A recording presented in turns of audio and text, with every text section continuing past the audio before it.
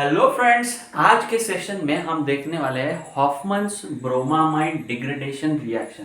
तो फ्रेंड्स, ये अमाइंस के सिंथेसिस के लिए एक बेहद ही बढ़िया रिएक्शन है जिसमें प्योर 1 डिग्री अमाइन मिलता है, कोई भी मिक्सचर या इम्प्योरिटीज के सिवाय। और फ्रेंड्स, इस रिएक्शन में जो इंटरमीडिएट बनने वाला है वो इंटरमीडिएट, ध्यान से सुनना, भोपाल गैस ट्रेजेडी जो हुई थी किस वजह से हुई थी दोस्तों? MIC के लीकेज की वजह से, मिथाइल आइसोसाइनेट, और वही एक इंटरमीडिएट इस रिएक्शन में भी बनने वाला है। तो फ्रेंड्स, ये रिएक्शन बेसिकली होती क्या है, अमाइड का अमाइन में कन्वर्जन होता है in presence of NaOH and bromine. तो देखो दोस्तों, रिएक्शन के नाम में ही इसकी कई सारी बातें छुपी हुई है। Hofmann is the name of scientist. Bromamide क्या है? ब्रोमामाइड एक इंटरमीडिएट है, हम मैकेनिज्म अभी देखने वाले हैं, उसमें आपको समझ में आ जाएगा ब्रोमामाइड क्या है। और डिग्रेडेशन, तो देखो दोस्तों, RCONH2 से जब अमाइन कन्वर्ट हो रहा है तो एक कार्बन जो है इसमें से कम हो रहा है। RCONH2 is getting converted into RNH2. In this process, one carbon is reducing. इसी का मतलब है डिग्रेडेशन, यानी इधर कार्बन की संख्या क्या हो रही है दोस्तों? कम हो रही है। That's why it is called as degradation. तो चलो दोस्तों, मैकेनिज्म की ओर बढ़ते हैं। बेहद ही ब्यूटीफुल मैकेनिज्म है, इसमें हम उल्फ रीअरेंजमेंट भी देखने वाले हैं। तो देखो दोस्तों, मैकेनिज्म में RCONH2 जो है दोस्तों, इसके ये जो दो हाइड्रोजन्स है ये एसिडिक इन नेचर है। तो जब ये NaOH के प्रेजेंस में जब इनके पास OH माइनस आ जाएगा तो ये RCONH2 का एसिडिक हाइड्रोजन जो है इसे चुरा ले जाएगा और इधर क्या बन जाएगा दोस्तों? RCONH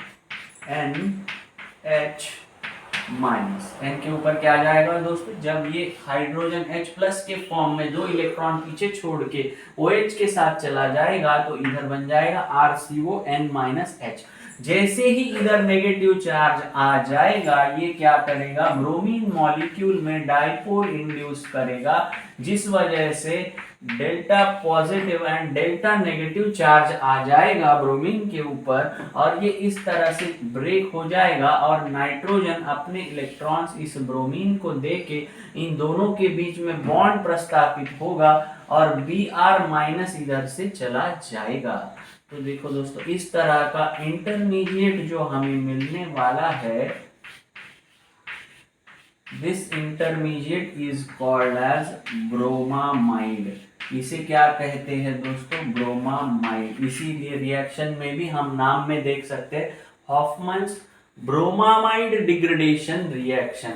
तो इस तरह से ब्रोमामाइड बनने के बाद में भी ब्रोमामाइड के पास भी एक एसिडिक हाइड्रोजन बचा है और रिएक्शन मिक्सचर में OH अवेलेबल है, तो ये OH- चुप रहेगा क्या? नहीं रहेगा, इस H के पास चला जाएगा और हमें फिर से मिल जाएगा नेगेटिव चार्ज वाला कंपाउंड और इधर आएगा Br। तो फ्रेंड्स, इधर एक बात हमें ध्यान देनी है कि ब्रोमीन जो है वो इक्विमोलार प्रोपोर्शन में हमें लेना है, क्योंकि जब इधर नेगेटिव चार्ज आएगा तो दूसरा ब्रोमीन मॉलिक्यूल इधर अटैक ना कर पाए, इसलिए ब्रोमीन हमें इक्विमोलार रेशियो में ही लेना है। Remember this friend, equimolar ratio 1 unit अगर RCONH2 है तो ब्रोमीन का भी हमें 1 यूनिट ही लेना है। इक्विमोलर प्रोपोर्शन में RCONH2 एंड ब्रोमीन हमें लेने हैं। तो इस स्टेप में आगे क्या होता है दोस्तों? जो होता है उसे हम कहते हैं उल्फ रीअरेंजमेंट। उल्फ रीअरेंजमेंट, इसे क्या कहते हैं दोस्तों? Wolff rearrangement. बेहद ही ब्यूटीफुल मैकेनिज्म है दोस्तों। मैं पहले इसका डायरेक्ट प्रोडक्ट क्या बनता है ये दिखाता हूँ। इधर आएगा C double bond O double bond N और R, ये मैंने डायरेक्ट लिखा है। तो फ्रेंड्स, इसको मैं 3 स्टेप्स में लिखूंगा।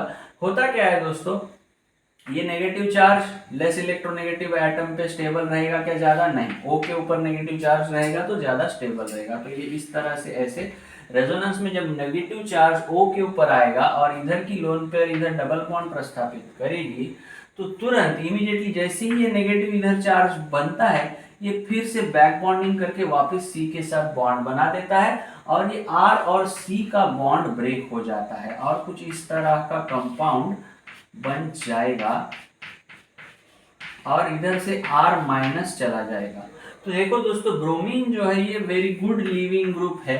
ब्रोमीन जो है वो एक वेरी गुड लिविंग ग्रुप है। तो इधर से Br माइनस के फॉर्म में इधर से ब्रोमीन चला जाएगा और ये R माइनस इधर बॉन्ड प्रस्थापित करेगा, C double bond O N, और इस तरह से N और R के बीच में बॉन्ड बन जाएगा और इसे कहते हैं अल्कील आइसोसाइनेट।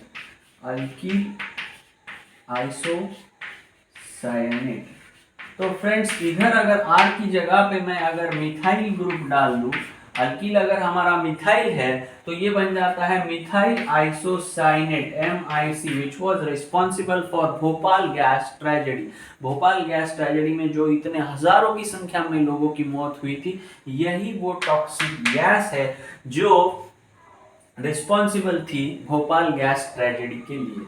तो इसका जब हम कर देंगे दोस्तों हाइड्रोलिसिस, अल्कील आइसोसाइनेट का जब हम कर देंगे हाइड्रोलिसिस, तो हमें क्या मिलता है? देखो दोस्तों, जब पानी जल इसके पास चला जाएगा, जल अपने लोन पेयर लेके जब इसके पास चला जाएगा तो नाइट्रोजन के ऊपर ये पाई बॉन्ड शिफ्ट हो जाएगा और इसके ऊपर प्लस चार्ज आएगा, वो अपने इलेक्ट्रॉन्स देके इधर क्या करेगा? बॉन्ड को प्रस्थापित करेगा। जब इधर बॉन्ड हो जाएगा प्रस्तापित, जब इधर बॉन्ड हो जाएगा प्रस्तापित, N के ऊपर आएगा नेगेटिव चार्ज और इधर आएगा R। तो देखो दोस्तों, दो दो चार्ज ये चुप बैठेंगे क्या दोस्तों? नहीं, ये H क्या करेगा? H प्लस के फॉर्म में चला जाएगा और O का चार्ज भी ये शांत करेगा और ये H प्लस चला आएगा किसके पास? नाइट्रोजन के पास, और हमें इधर क्या मिलेगा दोस्तों?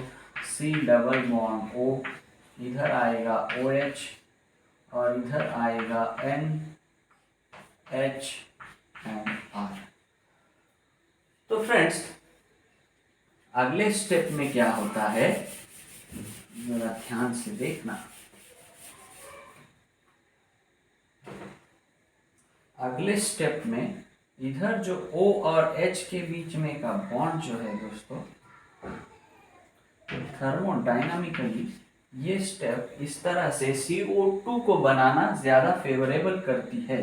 तो इस तरह से यहाँ से ये बॉन्ड टूट जाएगा, N के ऊपर आएगा नेगेटिव चार्ज और ये हाइड्रोजन अपने इलेक्ट्रॉन की आहुति देके इधर डबल बॉन्ड बना देगा और इधर हमें मिलेगा C double bond O and double bond O, यानी CO2 मिलेगा और इस तरह से हमें मिल जाएगा RNH2, प्योर 1 डिग्री अमाइन। इधर हमें क्या मिलने वाला है? Pure 1 degree amine.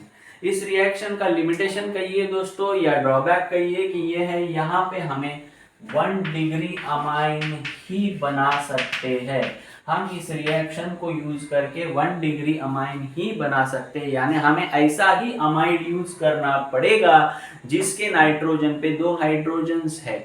1 degree amide use करके हम 1 डिग्री अमाइन इस रिएक्शन से बना सकते हैं। और इसकी खास बात यह है कि हमें जो प्रोडक्ट मिलता है वो बेहद ही प्योर रहता है, pure 1 degree amine without any other impurities of 2 degree 3 degree amine हमें इधर मिल जाते हैं। और इस रिएक्शन के की पॉइंट्स, की फीचर्स क्या है? ये इंटरमीडिएट RCONHBr, इसे याद रखना दोस्तों। ये इंटरमीडिएट रिएक्शन मैकेनिज्म पढ़ने के पीछे का यही रीजन है। कई बार ये क्वेश्चन ऐसे आते हैं कि what are the intermediates formed in this reaction. IIT में भी पूछा गया था ये सवाल। अल्कील आइसोसाइनाइड ऑप्शन था और अल्कील आइसोसायनेट भी ऑप्शन था, और सही जवाब क्या है दोस्तों? Alkyl isocyanate. इसे क्या कहते हैं दोस्तों? Alkyl isocyanate. फिर से एक बार लिखता हूं दोस्तों, अल्कील आइसोसायनेट।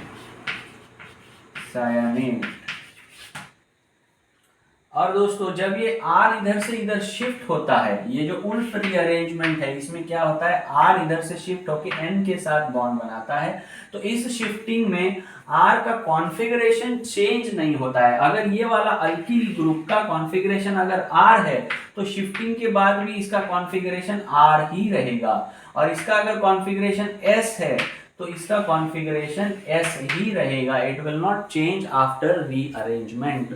सो दोस्तों, this was all about Hofmann's bromamide degradation reaction. एक बेहद ही ब्यूटीफुल रिएक्शन है अमाइन 1 डिग्री अमाइन के सिंथेसिस के लिए। पिछले रिएक्शन में देखा था दोस्तों हमने Gabriel phthalimide synthesis for synthesis of amines only 1 degree amines, और ये वाली रिएक्शन जो है ये भी ब्रोमामाइड इंटरमीडिएट के बनते हुए हॉफमन ब्रोमामाइड डिग्रेडेशन रिएक्शन, बेहद ही ब्यूटीफुल रिएक्शन विथ मैकेनिज्म हमने देखा है दोस्तों, इसका स्क्रीनशॉट ले सकते हो।